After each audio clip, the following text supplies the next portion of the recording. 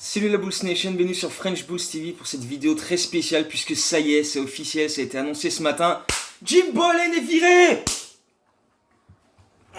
Putain, le bien que ça fait, bordel. Ah, le soulagement depuis le temps qu'on attendait ça, mais dès le début, en fait, depuis les premiers jours où Jim Boylen a été nommé, on savait que ça allait pas le faire.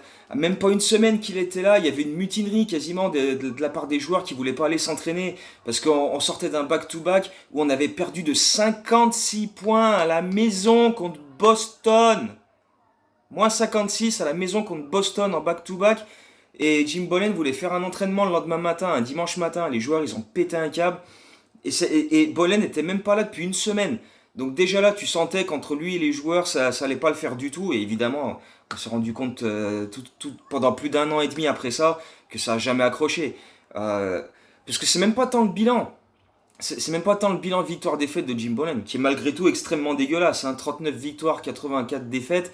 Ça fait du 31% de victoire. Il n'y a que Tim Floyd qui a fait pire dans l'histoire des Bulls. Mais c'est même pas ça. C'est tous les trucs à côté. C'est la relation avec les joueurs. C'est le fait que la plupart des joueurs avaient l'impression, au mieux, de stagner. Pour ne pas dire régresser pour certains, comme Mark Cannon qui a vécu une saison extrêmement compliquée. Depuis la coupure au mois de mars, il y a eu toutes les langues qui se sont déliées. Il y a plein de joueurs qui l'ont critiqué à droite à gauche, que ce soit Mark Cannon, Daniel Gafford, Lavin, Satoransky, etc. On va pas refaire toute la liste parce qu'il y en a pour un moment. Mais voilà, ça n'a jamais accroché. Ça n'a jamais accroché entre lui et les joueurs. Il y a jamais eu cette alchimie, cette cohésion, rien du tout. Donc du coup, c'était inéluctable, il fallait que ça arrive. Et forcément, plus les journées, les semaines, les mois passaient et il était toujours là, et plus l'impatience du côté des fans augmentait. Donc il était temps que ça arrive. Et là, à quelques jours de la loterie pour déterminer notre place à la draft, c'est une bonne nouvelle, sachant que du coup, il y a une conférence de presse qui était prévue en début de semaine prochaine, donc lundi ou mardi, là, donc quelques jours avant la loterie. Je pense que euh, les Bulls ont bien fait de se débarrasser de Boylen juste avant pour s'éviter justement des questions sur son avenir pendant cette conférence de presse dans les prochains jours. Donc du coup, ça devrait être plus détendu quand il y aura cette conférence de presse. Je ne sais plus exactement quand c'est, lundi ou mardi. Bref, mais bon, alors c'est vrai que en plus dernièrement, la patience des Bulls a encore plus été testée avec les rumeurs comme quoi Reinsdorf avait déclaré, enfin ça c'est pas des rumeurs, c'est vrai, hein, Reinsdorf avait déclaré que financièrement ça allait être difficile avec le Covid, etc., avec les pertes liées à tout ça. Euh, du coup, dégager Boylen, c'est un move financier, voilà, qui était compliqué parce que voilà, fallait virer un entraîneur, le dédommager, prendre un autre entraîneur et le payer, etc. J'ai écrit un papier assez hardcore sur ça, hein, vous le retrouverez sur le site. Euh, ça c'est du factuel. Reinsdorf a bel et bien déclaré ça. Et de tout ça, on pouvait en découler que voilà, est-ce que Karnišovas avait vraiment les mains libres pour faire les moves qu'il voulait? Parce que si Reinsdorf en fait une histoire de pognon, sachant que voilà, comme je le dis dans l'article, pour virer Boylen, ça coûte 1,6 million de dollars, soit son salaire qui lui restait pour une année de contrat. Je vais dire, c'est pas ça qui, hein, le mec il est multimilliardaire, ça va, ça va quand même. On sait que c'est un pingre, mais à ce point-là, faut quand même peut-être pas exagérer. Donc bref, toujours est-il que maintenant que c'est fait, on a quand même un peu plus de conviction aussi sur le fait que Karnišovas et Eversley ont les mains libres pour faire un petit peu les mouvements qu'ils veulent. Et déjà, ça aussi, c'est une des bonnes choses à retenir de cette annonce. Pas juste le fait que Boylen soit dégagé, même si en soi c'est déjà une magnifique nouvelle. Mais voilà, dans les trucs que tu peux en retenir aussi, il y a le fait que Karnišovas semble avoir un peu plus de liberté que ce qu'on pouvait imaginer dernièrement, vu les dernières nouvelles. Donc maintenant la principale interrogation, ça va être qui pour remplacer Jim Boylen. Pour l'instant, et je dis bien pour l'instant, les assistants que sont Chris Fleming et Roy Rogers, qui sont arrivés l'été dernier et récupérés par Boylen, c'est lui qui est allé les chercher. Pour l'instant, ils sont encore là. Et il s'occupe parce que là les Bulls continuent de s'entraîner malgré tout à l'Advocate Center un petit peu tous les jours. Donc d'ailleurs les joueurs ils doivent être en train de se faire une fête là, mais de quelque chose de l'espace. Mais bref, donc les entraîneurs assistants restent là pour gérer au quotidien les entraînements avec les joueurs jusqu'à l'arrivée d'un coach qui peut-être voudra venir avec ses assistants à lui. Donc à voir en fonction de celui qui arrive, s'il voudra amener ses gars avec lui ou si il voudra bosser avec ceux qui sont déjà en place. Donc ça, ce sera à voir. Toujours est-il que le processus pour ce nouveau coach débute maintenant, parce qu'en fait, euh, jusqu'ici, Karnichova, c'était plus dans l'optique voilà, on observe Boylen, on voit comment ça se passe, etc. Et ensuite, on avise.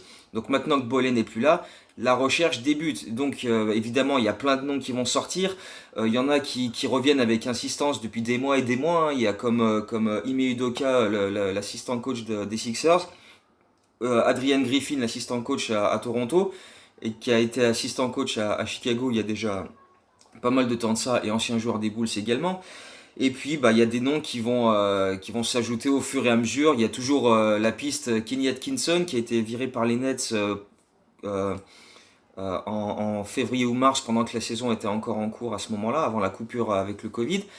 Euh, et puis, voilà, il y a des noms qui vont s'ajouter. On a vu tout à l'heure Wojnarowski est confirmé par des médias locaux à Chicago la piste de Wes Unseld Jr., donc le fils de la légende NBA Wes Unseld, qui est assistant coach à Denver, donc il y a déjà des liens avec Karnišovas.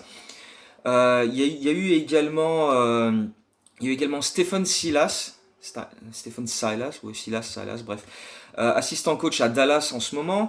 Euh, Darvin Ham qui est assistant coach à Milwaukee aussi. Donc bref, pour l'instant, il y a des noms qui surgissent à droite à gauche. Il y aura tout le temps pour délier le vrai du faux, voir un petit peu. Mais toujours est-il que ça va prendre du temps. Ça va être un processus où Karnišovas va, comme il l'a déjà fait jusqu'ici, pour sélectionner son general manager, pour prendre le temps de virer Boylen, pour faire les moves, etc.